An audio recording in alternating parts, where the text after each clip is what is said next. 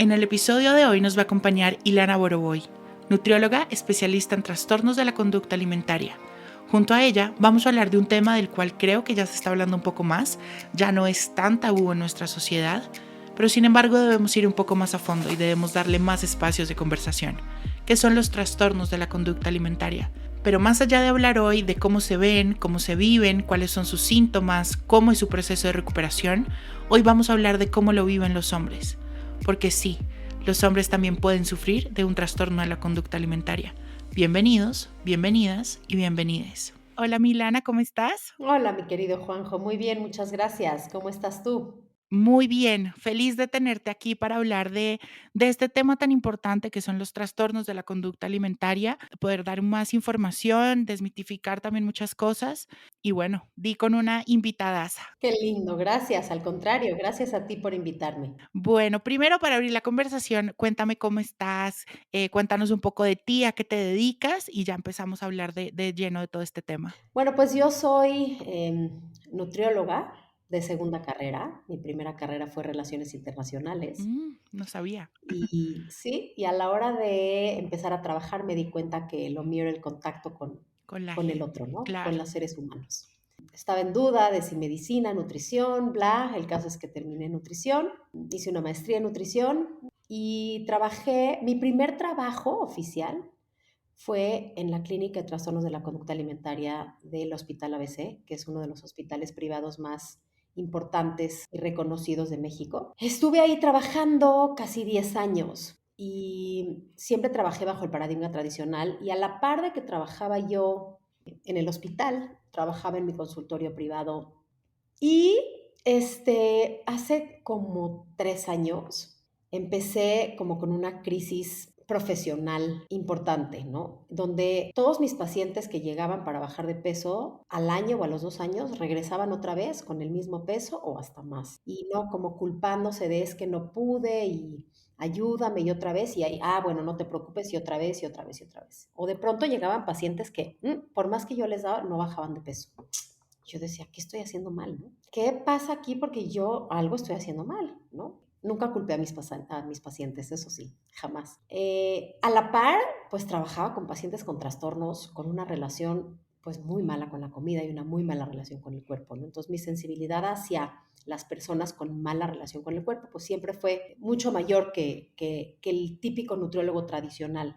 Entonces conocí ahí a una de mis queridas socias, a Gina, Salame, y platicar, porque ella se quedó en mi lugar en la clínica. Cuando yo me salí de la clínica, ella se quedó ahí. Y entonces platicando y veíamos, decíamos, es que esto no está bien, por aquí no es, esto de las dietas no funciona, y esto que los niños le tengan miedo a la comida no funciona, y vamos a ayudar a darles información a los padres, etcétera, y creamos como un primer taller que se llama Nutrir sin Miedo, que es justamente informativo para padres para que ayuden a criar, ¿no?, a niños seguros con su cuerpo y con la comida. Seguimos conectando. En el camino conocí a mi otra socia, ¿sí? En una cena que tuvimos, que es Raquel. Y justo estábamos en la misma crisis, ¿no? Y dijimos, a ver, algo tenemos que hacer. Y empezamos a buscar, y empezamos a investigar, y empezamos a ahondar. ¿Y qué crees? Pues descubrimos efectivamente una cantidad de información brutal, ¿no? Y esto de salud en todas las tallas, el movimiento de Hayes, el movimiento de social y de justicia social que hay detrás, político y social que hay detrás de todo este salud en todas las tallas. Y dijimos, es que por aquí es, ¿no? Y empezamos a empaparnos, nos fuimos a certificar, seguimos estudiando, etcétera, etcétera, etcétera. Y en el interim, fíjate cómo se van dando las cosas. Mi papá llevaba como 5 años quejándose de dolor de piernas y de dolor de brazos. Y pasamos por todos los médicos habidos y por haber del universo. Te podrás imaginar, mi papá siendo doctor, pues tenemos el privilegio de tener acceso a medicina privada. Entonces pasamos por los mejores neurólogos, los mejores internistas, lo que tú quieras, gustes y mandes. Y todo, ¿qué crees que le decían, Juanjo? Le decían, pues baja de peso, claro, cierra la boca, deja de comer chocolates, pues las piernas no aguantan esa panza, ¿no? Y nadie vio más allá de una panza, literal. Por azares del destino, tiene otra infección y caemos de emergencia en el hospital y le pedimos al doctor que no nos los voltee, o sea, que no los voltee de cabeza más bien y que no nos los entregue casi, casi, hasta no identificar porque no era normal. Cada vez iba perdiendo más fuerza en piernas, cada vez iba perdiendo más fuerza en brazos, tuvo caídas, tuvo un montón de cosas y de consecuencias importantes. ¿Y qué crees? Que le encuentran un tumor en el colon, que era el causante de la debilidad en piernas y brazos. O sea, Claro, y por la panza nunca fueron más allá. exacto, porque lo que veían veían una panza, no un ser humano. Y es que eso pasa mucho. Justo en otro episodio que tuve yo de gordofobia hablábamos de eso, como la gordofobia también es algo que de pronto en estas, no sé, en médicos o en personas que están en la salud está tan normalizado de que si te llega alguien gordo o grande, por decirlo así, lo único, o sea, la razón, la respuesta a todos los problemas que esa persona te diga es el peso. Claro, claro, claro. Entonces, ahí fue la gota que derramó el vaso y dije: "Se acabó".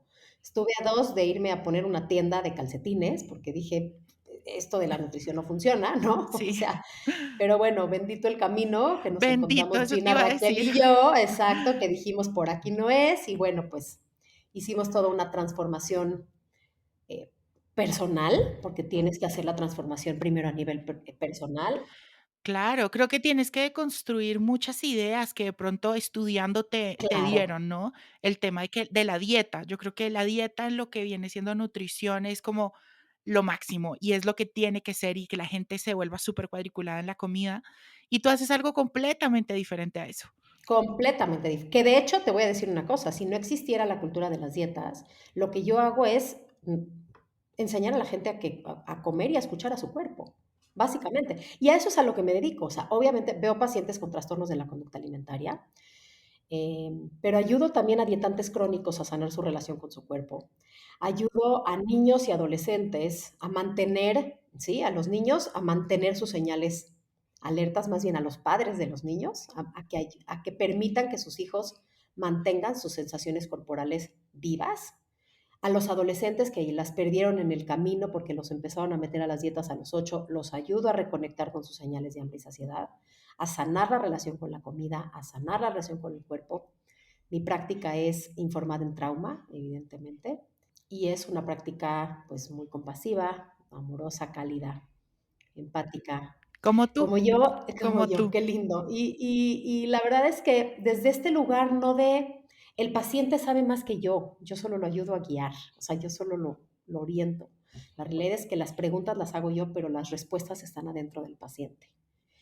Y es algo bien lindo porque le das autonomía, ¿no? O sea, la realidad es que permites que los pacientes conecten y comuniquen y caminen por la vida sin necesitar de una guía externa ni de reglas externas de cómo poder comer. Y es que yo creo que ahí se desprenden muchas cosas, ¿no? Cuando tú no tienes resueltas ciertas relaciones tan básicas como la relación con tu reflejo en el espejo o tu relación con la comida, de ahí se empiezan a desprender también muchas cosas. Claro, claro. Empiezas a distorsionar. Y bueno, ahora mi trabajo de todos los días es, además de promover la diversidad corporal, promover el trato digno y respetuoso a todos los cuerpos, erradicar la cultura de las dietas, acabar con la gordofobia y, por supuesto, prevención de trastornos de la conducta alimentaria. Que eso es lo que nos trae hoy acá, ¿no? Creo que, Exacto. Ilana, bueno, ya creo que muchos podemos entender o sabemos que es un trastorno de la conducta alimentaria. Ya en internet uno pone TCA y ya te sale, pero igual, para los que no saben, hablemos qué son los trastornos de la conducta alimentaria, cómo se generan, cómo se viven, cómo es el proceso de recuperación y después quiero que hablemos de un tema que no se habla mucho y son los trastornos de la conducta alimentaria en hombres, que creo que es algo que se tiene en la sombra de la sociedad y no se habla, que ese va a ser nuestro main de todo este episodio. Pero primero hablemos de qué son los TCA. Me encanta. Ok, como bien lo dice la palabra trastornos de la conducta alimentaria, ¿sí? No es tener una mala relación con la comida, es una enfermedad.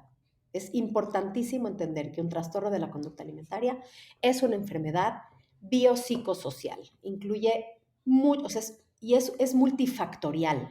Por eso tan complejo el tratamiento y también el diagnóstico. No es algo tan sencillo como, no como.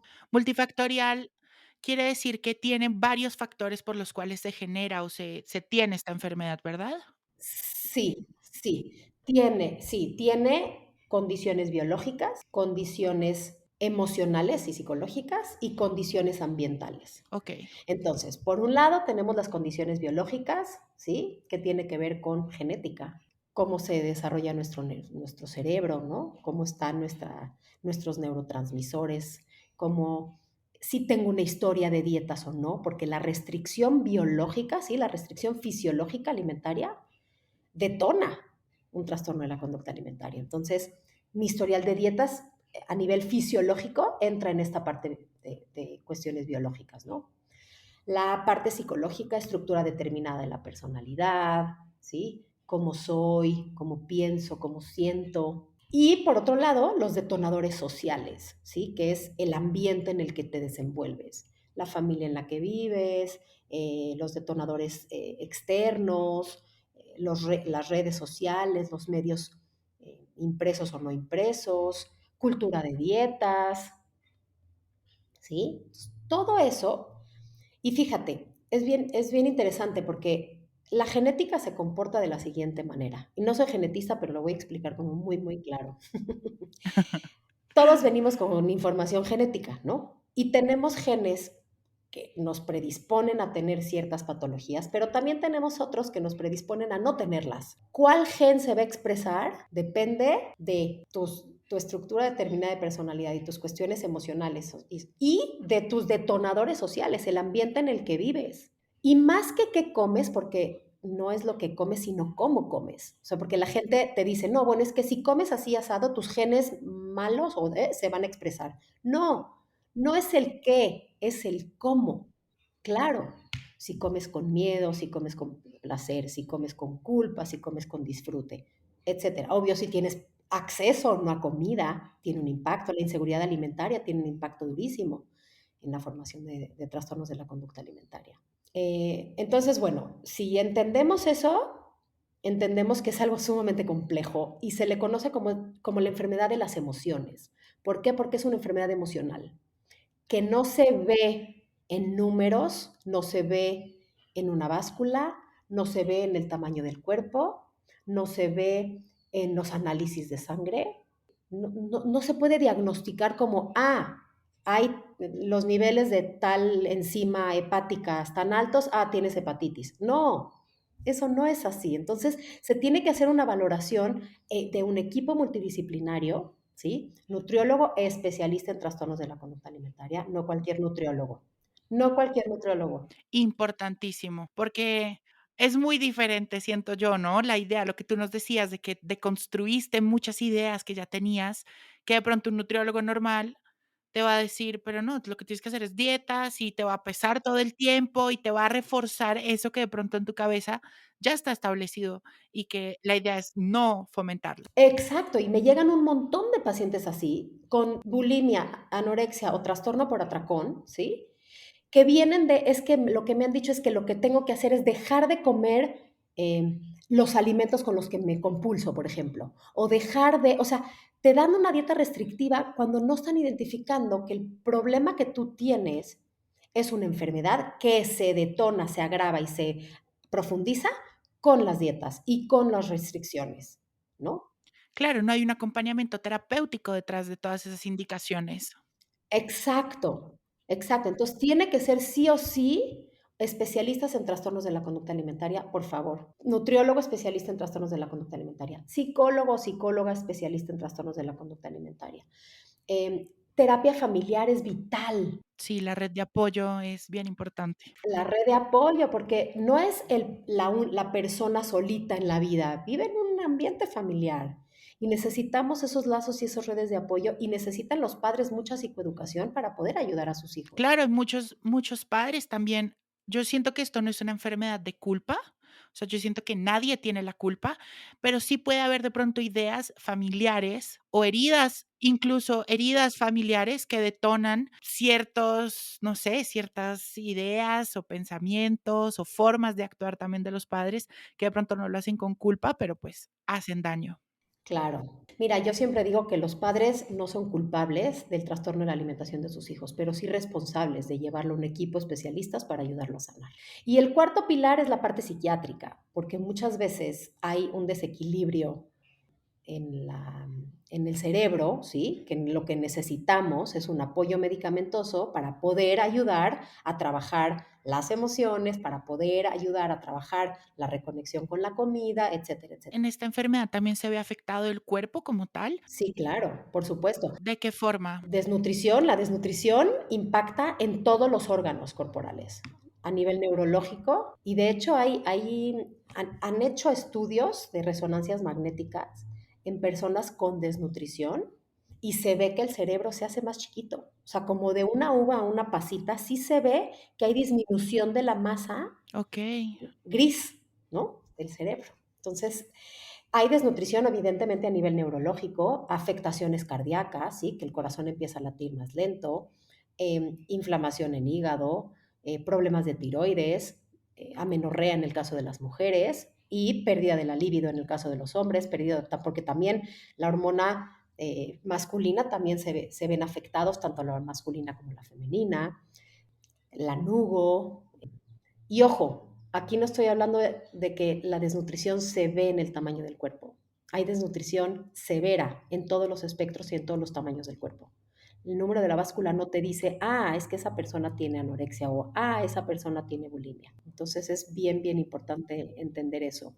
En el caso de las personas que vomitan, bueno, pues fracturas en los vasos sanguíneos, sangrado de nariz, sangrado de ojos, problemas bucales, puede llevarte a cáncer de boca, de lengua, erosión en los dientes, daño también hasta en los dedos, ¿no? Que se utilizan.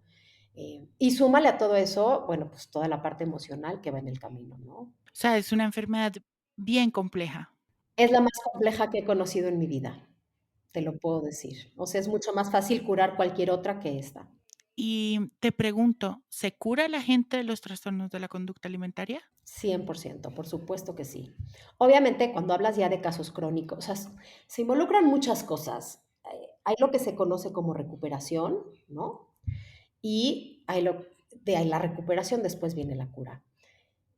Si lo agarras a tiempo es más fácil de curarlo. Si entras con un equipo multidisciplinario es más fácil de curarlo. Ese equipo multidisciplinario tiene que sí o sí trabajar bajo el enfoque de salud en todas las tallas. O cualquier modelo incluyente en peso. O sea, el modelo tradicional de la nutrición tradicional, del abordaje tradicional de recuperación de trastornos de la conducta alimentaria te deja la mitad. No permite que resuelvas al 100% porque sigue ahí puesto el foco en el te voy a llevar a un peso sano, te voy a dejar en un peso sano, pero flaca pero sana, o flaco pero sano, o flaque pero sane, ¿sí? O sea, como lo queramos poner. Y el modelo tradicional, pues, te deja que tú sigas como buscando tener el control sobre el tamaño de tu cuerpo. Y hoy sabemos que ese control es totalmente falso. Enferma más. Claro, claro. Entonces, bajo este abordaje, y te digo, yo antes trabajaba bajo el abordaje tradicional y yo decía, tú no te preocupes, mi vida, yo te voy a dejar sanito pero flaquita.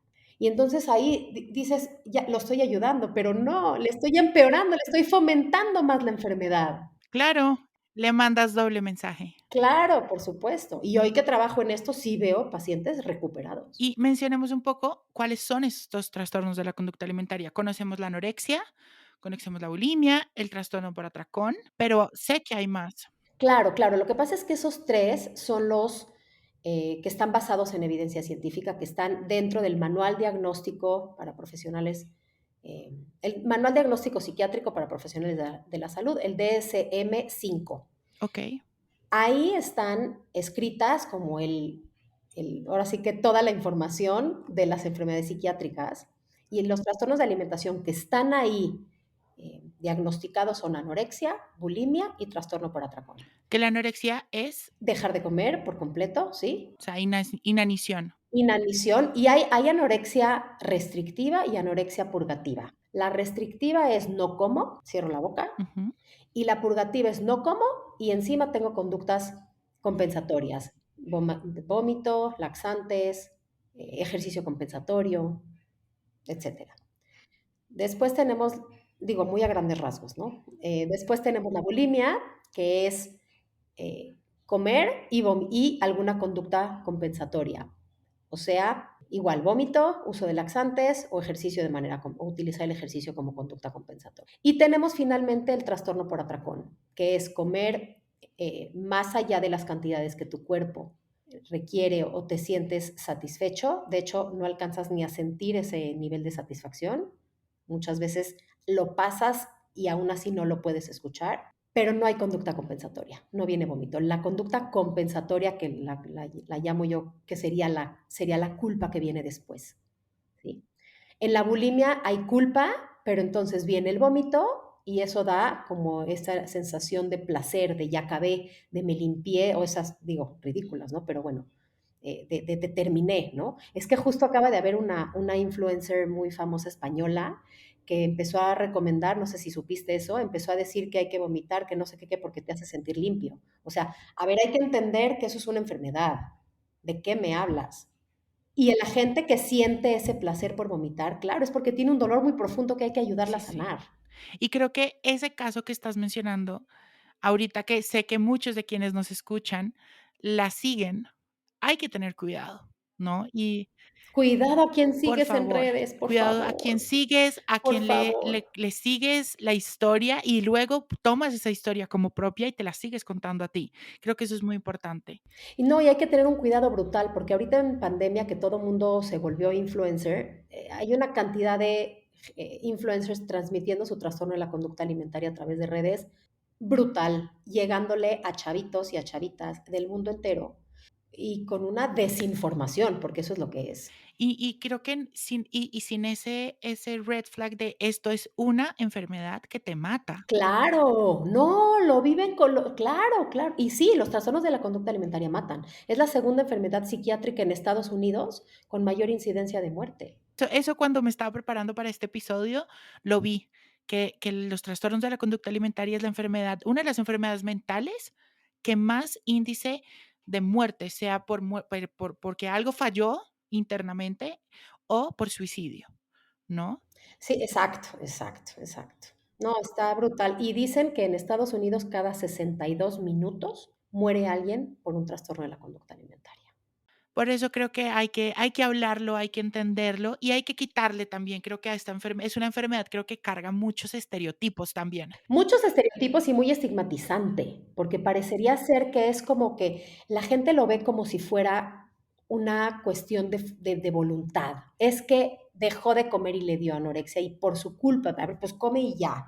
A ver, creo que aquí hay muchísimas cosas que entender que no es come y ya, y no es una enfermedad de la comida ni del cuerpo, es una enfermedad de las emociones que se ve y se pone en la comida y en el cuerpo.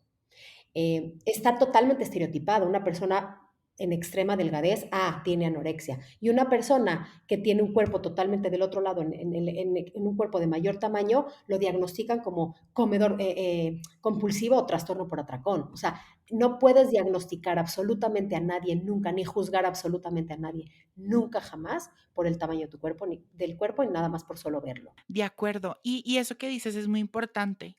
También preparándome para este episodio, lo entendí mucho que estas acciones de dejar de comer, tener estos momentos de purgas o de ejercicio excesivo, de tener atracones, simplemente son la puntita del iceberg, que es lo que ves, ¿no? Que es lo que ves y punto. Pero debajo de eso hay historias con un montón de heridas emocionales, hay también cosas que personalmente no se han resuelto, problemas con familia, las emociones, bueno, un montón de cosas que eso sí no se ve. Trauma, claro, el trauma, que recordemos que el trauma es de quien lo vive, no de quien le parece que lo que viviste sí es una situación no es lo mismo una situación traumática que trauma internalizado.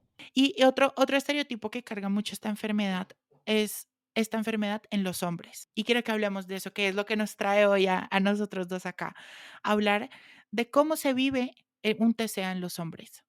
Cómo se vive, si se genera de la misma forma, si su recuperación también es igual a la recuperación de una mujer, y cuáles son estos síntomas, si se viven de pronto también los mismos síntomas en un hombre que en una mujer.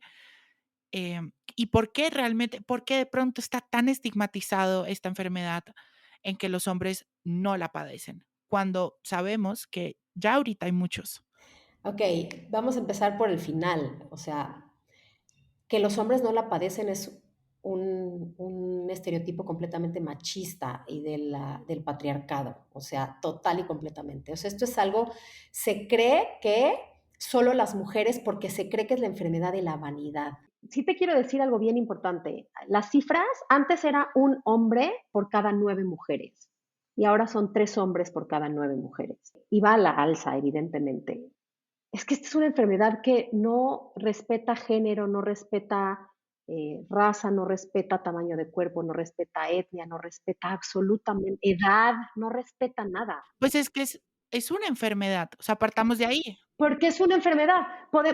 Es como si dijéramos que la diabetes solamente le da a las mujeres o solamente le da a los hombres. O sea, es igual de absurdo pretender que un trastorno de la conducta alimentaria solamente le dé a mujeres y no a hombres, cuando lo que es una enfermedad, ¿no? No podemos decir que solo hay, o sea, no. La única diferencia, ¿sí? Que se ve físicamente, entre comillas, es la menorrea, la ausencia de menstruación, que sucede en las mujeres, pero en los hombres es la pérdida de líbido y la pérdida de desarrollo eh, del cuerpo, pues, o sea, que se empiece a desarrollar un cuerpo de un hombre. Pero se dan exactamente igual y empiezan exactamente igual. O en el caso de la anorexia, dejar de comer, en el caso de la bulimia, comer y a vomitar, y en el caso del trastorno por atracón, a comer y a no vomitar, o sea, ya no tener ninguna conducta compensatoria. Eh, y se deben de tratar exactamente de la misma manera. O sea, ¿qué le das a una persona que tiene diabetes que necesita insulina? Insulina, sea hombre, sea mujer, pese 5 o pese 20, ¿no? El trastorno de la conducta alimentaria se trata exactamente igual, porque los problemas de los hombres y de las mujeres, pues al fin y al cabo somos humanos y los problemas son los mismos. Y el trauma lo vive el ser humano cualquiera, ¿no? O sea, Eso que dices me encanta y te lo voy a contar, eso es el objetivo, digamos, de todo este espacio, así me siento, ¿no? De poder hablar de un montón de temas desde la óptica del ser humano, o sea, no desde de porque soy mujer o soy hombre, o, por ejemplo, cuando también hablamos del amor propio y de aceptarte a tu cuerpo, siempre está hacia un lado, siempre está hacia la mujer, pero el hombre también lo puede vivir. O sea, no es algo de géneros, es algo del ser humano como tal. claro, mira, y lo triste es que si tú buscas información, datos, ¿sí? Datos duros, encuentras en mujeres, no encuentras en hombres. Si tú buscas videos para mostrar esta cuestión de insatisfacción corporal, diversidad corporal, etcétera, encuentras de mujeres, no de hombres. O sea, también la cultura y la sociedad no ayuda, ¿no? Porque todo esto tiene que ver como que esto es una enfermedad de la mujer y no es cierto. Eso creo que también debe influir un montón en el número de estos hombres que buscan ayuda para su problema. Nada, poquitititos, claro que no, pero lo sufren igual, pero lo sufren en silencio. Y creo que si algo tenemos que hacer en este espacio es abrir el espacio y quitar la satanización. Tener un trastorno de la conducta alimentaria no debe de causar ni pena, ni culpa, ni vergüenza. Seas hombre, seas mujer, seas trans, seas de la comunidad LGBT, de lo que seas. O sea, somos seres humanos. ¿Sí? Que tenemos la capacidad de enfermar y de sanar, ¿no? A lo largo de la vida, porque entendamos que la salud no es una meta y no es unidireccional, ¿no? O sea, una sola, pero la enfermedad nos puede dar a todos y nadie estamos exentos. Y eso es bien importante entenderlo. Y cualquiera que sienta que tiene una mala relación con su cuerpo, una mala relación con la comida, que no se sienta fuera de control, que ya le está empezando a impactar en su desarrollo personal, en su desarrollo social, etcétera, pidan ayuda. Para eso estamos. Nadie está solo aquí. Nadie en absoluto. Y creo que la ayuda a tiempo, la detección a tiempo, creo que es buenísimo y hace la diferencia 100%. Hace la diferencia. Em, 100%. y cuéntame un poquito, o sea, digamos, por ejemplo, en To the Bone, la película está en Netflix, fue la primera vez que yo vi en una película o en un producto como de consumo masivo, por decirlo así, en los medios, que había un hombre. que tenía un trastorno de la conducta alimentaria, porque lo que dices es muy cierto. Es que, ¿cómo puede ser tan discriminatorio? O sea, ¿cómo puedes hablar cuando volvemos a lo mismo, hepatitis, que le da solo a los hombres y no le da a las mujeres? Gripa, le da solo, o sea, nos da a todos, nada que ver, pero los hombres se lo guardan y se lo callan. Y existe una cantidad brutal de hombres con insatisfacción corporal, brutal, pero no lo hablan porque tiene que ver con esta virilidad, como con este machismo, como con esta parte de, ¿no? Que también creo que eso también está en nosotros, en deconstruir esa idea, ¿no? De que hablar de nuestras inseguridades con el cuerpo, mejor dicho, tu machismo enfermo tu hombría se te está quebrando. Nada que ver. Sí. Y este machismo también de los hombres no lloran, los hombres no sienten, eres un tú fuerte, tú no llores, tú no sientes, como, ¿por qué no voy a sentir? ¿No? Pues, ¿qué soy? ¿De plástico o de qué tipo de material? Entonces sí, realmente los hombres creo que, pues, lo viven igual a una mujer. Yo cada vez tengo más pacientes hombres con trastorno de la conducta alimentaria y cada vez a edades más tempranas. O sea, eso es lo más, eso es muy, muy triste, porque antes eran, en hombres, por ejemplo, empezaban los trastornos de la conducta alimentaria por ahí de los 20, 25, de repente a los 18, de repente a los 16. Hoy tengo pacientes de 12 años ¡Ah! No te creo. con anorexia. Sí, sí, sí, te lo prometo. Bueno, pues benditos padres que lo agarraron a tiempo y lo trajeron a tratamiento, ¿no? Entonces, otra vez volvemos a lo mismo. Esto es algo sistémico, esto no es algo individual y esto no es algo que uno solito puede salir adelante sin el apoyo de la Terapéutico. familia o de la red de apoyo más cercano que deba de tener la persona, ¿no? Oye, Ilana, hablemos ahora un poquito de cuáles son esos focos rojos que tenemos que tener en cuenta en nosotros o en los demás para ver si de pronto estamos teniendo un trastorno de la conducta alimentaria o si estamos empezando a tener una mala relación con la comida. ¿Qué podemos empezar a hacer? ¿Cómo podemos empezar a ser un poquito más conscientes y presentes en eso? Precisamente por si alguien lo está sufriendo, poder pedir ayuda. Creo que aquí hay algo bien importante, hay que separar, que no es lo mismo conductas desordenadas de alimentación que trastorno de la conducta alimentaria, ¿sí? Importantísimo. Entonces, primero, conductas desordenadas de alimentación la tiene el 99.9% de la población, ¿ok? O O sea, sea, todos. exacto, es que es un, Todos. es que sí, o sea, bueno, o sea, me quise ir como muy al extremo, no sé el dato exacto de Sí. cuántas personas lo tienen, pero muchas, ¿sí? ¿Por qué? Porque eh, ¿qué son conductas desordenadas de alimentación? Son cosas muy, muy visuales. Es cuando alguien deja de comer algún grupo de alimentos o empieza a restringir, which means dieta. O sea, cuando alguien hace una dieta es una conducta desordenada de alimentación. Ojo, estoy hablando de la norma, no estoy hablando de gente que tenga que hacer alguna dieta específica por alguna condición de salud importante, ¿sí? Estoy hablando de lo norma. Entonces, eso, hacer dieta es una conducta desordenada de alimentación. Llámale la que sea.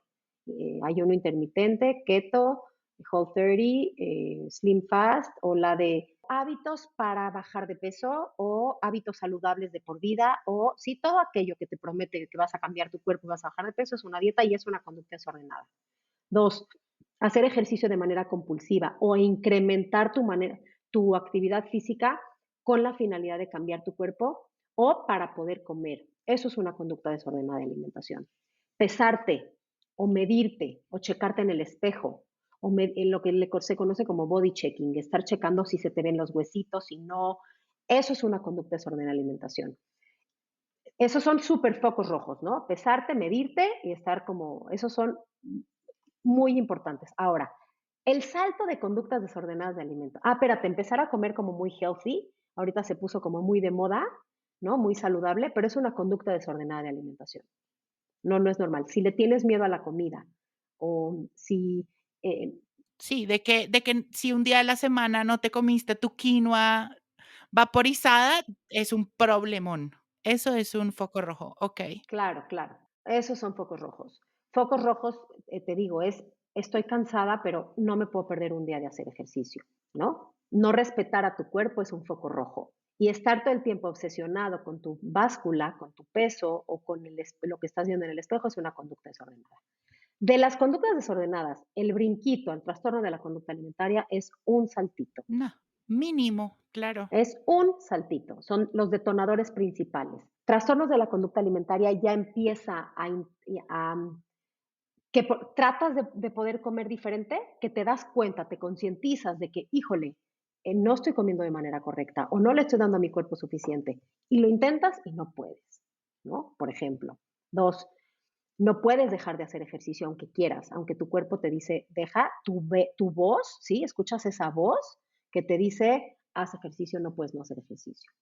Tres, empieza aislamiento social, ¿sí? Estos chavos adolescentes que dejan de ir a fiestas, que dejan de ir a comidas, que dejan de salir con los amigos por miedo y solamente quieren comer en su espacio seguro que es su casa, los alimentos que conocen. Cuatro, si ven a sus hijos que de pronto cada que terminan de comer van corriendo al baño, pues hay que ir a checar qué está pasando, ¿no? Eh, Niños, adolescentes, adultos, porque está sucediendo en adultos. O sea, ayer me llegó una persona de 45 años que me dijo, nunca en mi vida me había pasado que esté tan obsesiva con lo que estoy comiendo y con el cuerpo y con lo que... Y entonces dan los trastornos de la conducta alimentaria. También hay gente grande. Quiero rescatar eso que dijiste, porque creo que también es otro estigma que hay, de que la gente grande no puede, sufrirlos, ajá, o no puede tampoco ir a tratarlos, o sea, de que si ya grande lo tienes, pues con eso te mueres, ¿no? Y no. Claro que no, por supuesto que no. También tienes el mismo derecho y la misma responsabilidad de ir a pedir ayuda para estar bien. No tienes por qué tenerle miedo a la comida, que es una necesidad vital. No tienes por qué tenerle miedo a que cambie tu cuerpo. El cuerpo cambia a lo largo de la vida. No tienes por qué tenerle miedo a dejar de hacer ejercicio un día por miedo a que cambie tu cuerpo. Si sientes todas esas cosas, algo no está bien. Entonces ve y pide una valoración. ¿Sí? Si te da miedo comer, restringes por completo. Ahorita se puso de moda la restricción de carbohidratos. No, no es normal.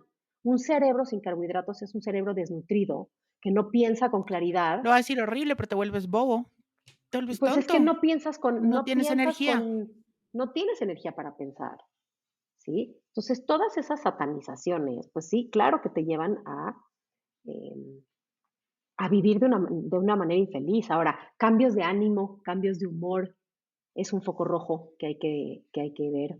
Dedos rojos en las manos, por ejemplo, aislamiento, depresión, tristeza, es un foco rojo. Cambios, te digo, de ánimos como muy abruptos, es un foco rojo. Sí, es que es lo que decíamos, es una enfermedad que te rompe, yo creo que la vida en 2, ¿no? Porque entra y afecta todo, todas tus esferas de la vida, tu vida laboral, tu vida escolar, tu vida en familia, tu relación contigo mismo, tu relación en pareja, todo, ¿no? Sí, es que por eso también es tan importante la forma en abordarlo y la forma en tratarlo, ¿no? Porque un tratamiento tiene que ser interdisciplinario. Si alguien te promete, yo solita te ayudo a sanar tu relación con la comida o a sanar tu trastorno de la conducta alimentaria, no le creas. No le creas porque no es cierto. Necesitas sí o sí nutrióloga, como bien dijimos, terapeuta, obviamente médico, ¿no? Para ver cómo se encuentran tus condiciones físicas, terapia familiar y evaluación psiquiátrica, ¿no? Para entender en dónde estamos parados y desde ahí poder hacer entre todos equipo y ayudar. Y creo que es un tratamiento también muy muy personal, ¿no? Aunque Totalmente personal, pueden haber momentos de terapia grupal, pero posiblemente como lo vive una persona, su TCA no lo vive igual la otra persona al lado, ¿no? por supuesto.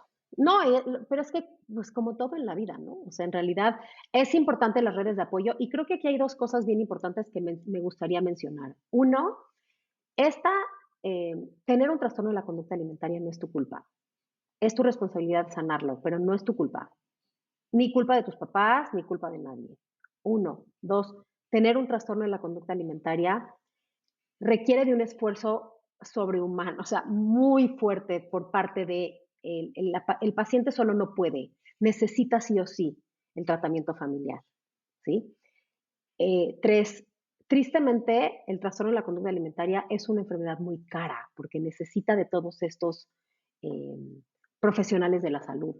¿Y qué crees? Digo, no sé Colombia, pero en el caso de México en específico, no hay en dónde ayudar a un paciente con trastorno de la conducta alimentaria de manera gratuita o de manera vaya que en seguridad Por el social, seguro, ajá, no sí. hay manera humana de poderlos ayudar, No, no acá hay. tampoco, Y no entonces hay. tenemos que hacer algo para ayudar a los pacientes, cada vez son más. ¿Y qué podemos hacer nosotros? Y esa era mi última pregunta. ¿Qué podemos hacer nosotros? Un poco diciéndolo, por ejemplo, desde un poco la gente que tiene ese privilegio de tener acceso a salud completa, tener acceso, digamos, a si en X o Y pasa, uno puede ir a cualquier centro de salud y tienes tu terapeuta, tienes tu, lo que necesites. ¿Qué podemos hacer nosotros para poder apoyar a esas personas que de pronto no tienen esa misma suerte?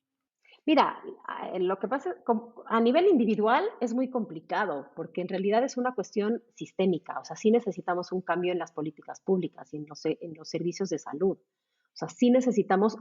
¿Y qué crees? Lo que sí podemos hacer es alzar la voz y decir, hey, esto está sucediendo.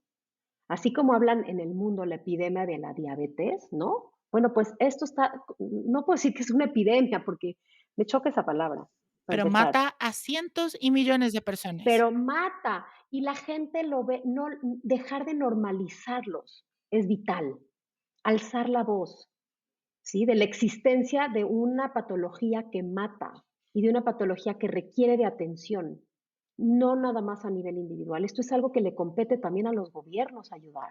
Y como se ve que parecería ser que es la enfermedad de la comida, de la vanidad y del cuerpo, no se le da la importancia que requiere.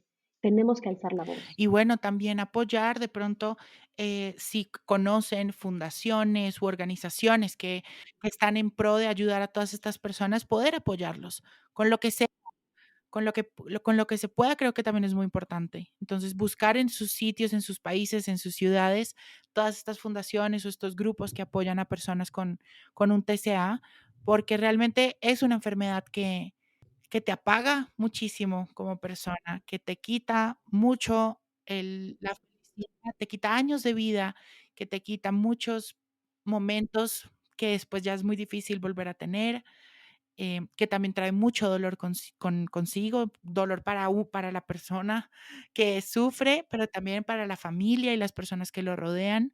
Entonces, sí es muy importante. Dejemos de normalizarlos. Es que ese es el problema principal, que la gente, y de sentir culpa o vergüenza. La gente no digas que tiene, no, pues, pero no digas que tiene diabetes, no digas que tiene hepatitis, no digas que tiene ¿no? O sea, no es algo de lo que tienes que sentir culpa ni vergüenza.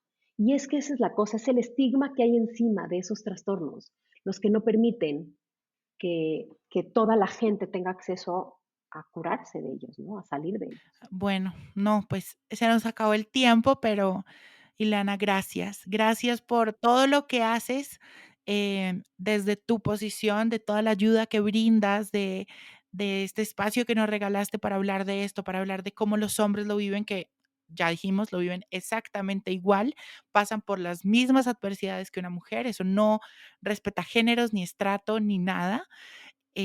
Y también por abrirnos un poco los ojos, darnos todos estos consejos para los papás o para nosotros mismos, poder estar un poco más atentos de esta enfermedad que se te va metiendo por los laditos y ya después te agarra vuelo y es muy complicada.